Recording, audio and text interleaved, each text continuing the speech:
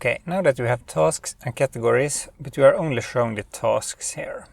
Let's go ahead and show the categories as well. So we can go to the views.py in the task app, views.py, and import the model. From category.models import category. And now we get all of the categories by saying categories, create a new variable, and say category.objects.all.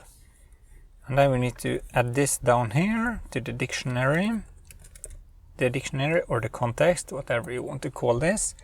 And now these should be available in the template. So if I then just go to frontpage.html and below the tasks, let's just add an hr to separate these a little bit. For category in categories, and then in here we add a div and a paragraph as a category.title. We can close that, and we can close that and save. So if I refresh now, you can see that we have the private and work. Great.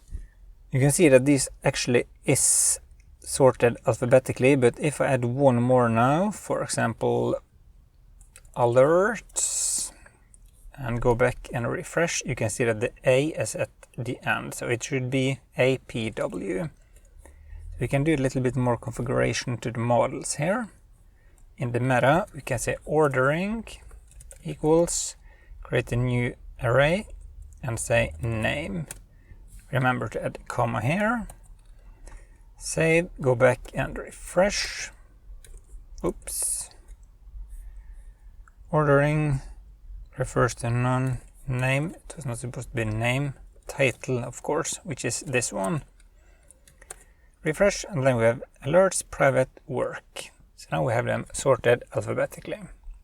Great. And in the next part of this series, we will create a detail page for each of the categories.